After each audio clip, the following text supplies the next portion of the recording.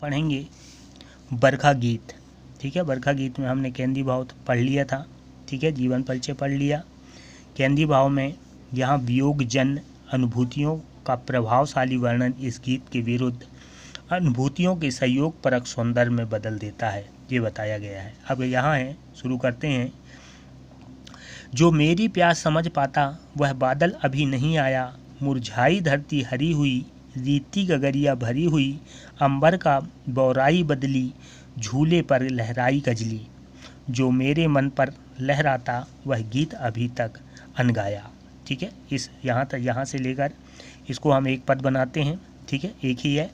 इसमें है, सबसे पहले हम इसमें लिखेंगे संदर्भ में लिखेंगे प्रस्तुत पद्यांश हमारी पाठ्यपुस्तक बसंती के पाठ बरखा गीत से लिया गया है। इसके कवि श्री रामनाथ अवस्थी जी हैं। ठीक है, ये हमारा संदर्भ हो जाएगा। प्रसंग लिखेंगे, प्रसंग में लिखेंगे कि कवि ने यहाँ पर वर्षा काल के उल्लास में भी कवि ने अपनी अधूरेपन की पीड़ा व्यक्त की है। ठीक है, वर्षा काल के उल्लास में भी इन पदों में कवि ने अपनी अधूरेपन की पीड़ा व्यक्त की है। अब अर्थ लिखेंगे, जो मेरी प्यास बुझा पाता वह बादल अभी नहीं आया। कवि कहते हैं, यहाँ लिखेंगे हम, कवि रामनाथ अवस्थी जी कहते हैं कि वर्षा तो आ गई। ठीक है, वर्षा ऋतु आ गया, बारिश होने लगा, किंतु अभी तक ऐसा बादल नहीं आए जो क्या होता, जिसका पानी उनके प्यास को शांत कर दे। ठीक है, जो मेरी प्यास बुझा पाता, अभी तक ऐसे बादल नहीं आए हैं। मुरझाई धरती हरी हुई, रीति गगरिया भरी हुई, अंबर पर बौराई बदली, झूले पर लहराई कजली। ठीक है, बारिश होने से धरती गर्मी से मुरझा गई है। जो गर्मी है वो गर्मी ख़त्म हो गया है। ठीक है, मुरझा गई है। वह धरती पर हरी भरी हो गई है, पूरी धरती हरी भरी हो गई है।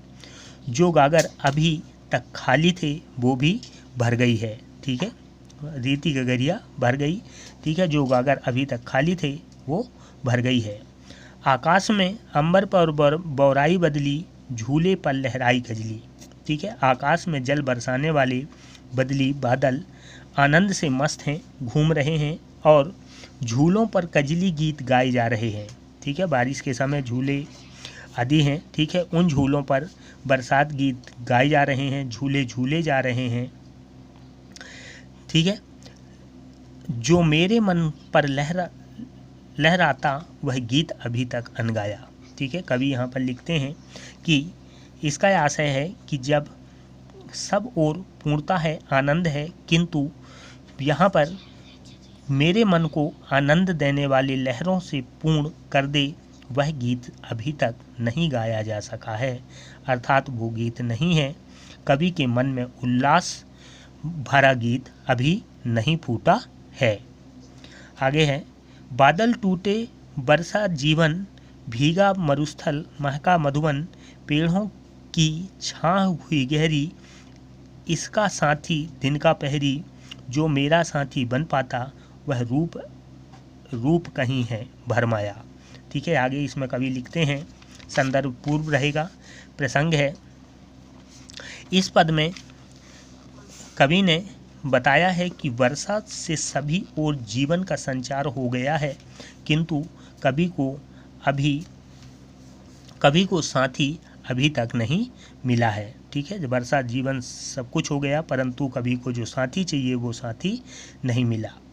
फिर है, आगे है, बादल टूटे बरसा जीवन, भीगा मरुस्थल महका मधुबन, पेड़ों की छाए हुई गहरी, इनका साथी दिन का पहरी। कवि कहते हैं कि आकाश में बादल फट रहे हैं, उससे जल के साथ ही जिंदगी के आनंद की वर्षा हो गई। वर्षा के जल से सूखी धरती भीग गई। ठीक है, मधुबन सुगंधित हो गए। ठीक है, मरुस्थल भीग गए, मधुबन सुगंधित हो गए। पेड़ों की छाएं पर पत्तियां, जो पेड़ हैं उनसे पत्तियां निकलने के कारण उनकी छाएं और गहरी हो गई, घनी हो गई। ठीक है, और इसका साथी दिन का पहरी घनी हो गई। इस छाया का साथ देने वाला दिन का पहरा देने वाला सूर्य है। ठीक है, जो मेरा साथी बन पाता वह रूप कहीं है भरमाया। कवि कहते हैं कि जो आनंद भरे वातावरण में छाया को साथी का आनंद मिल रहा है, परंतु वह सौंदर्य पता नहीं कहाँ बहका हुआ है, कहाँ छुपा हुआ है, जो कवि का साथी बन गया होता।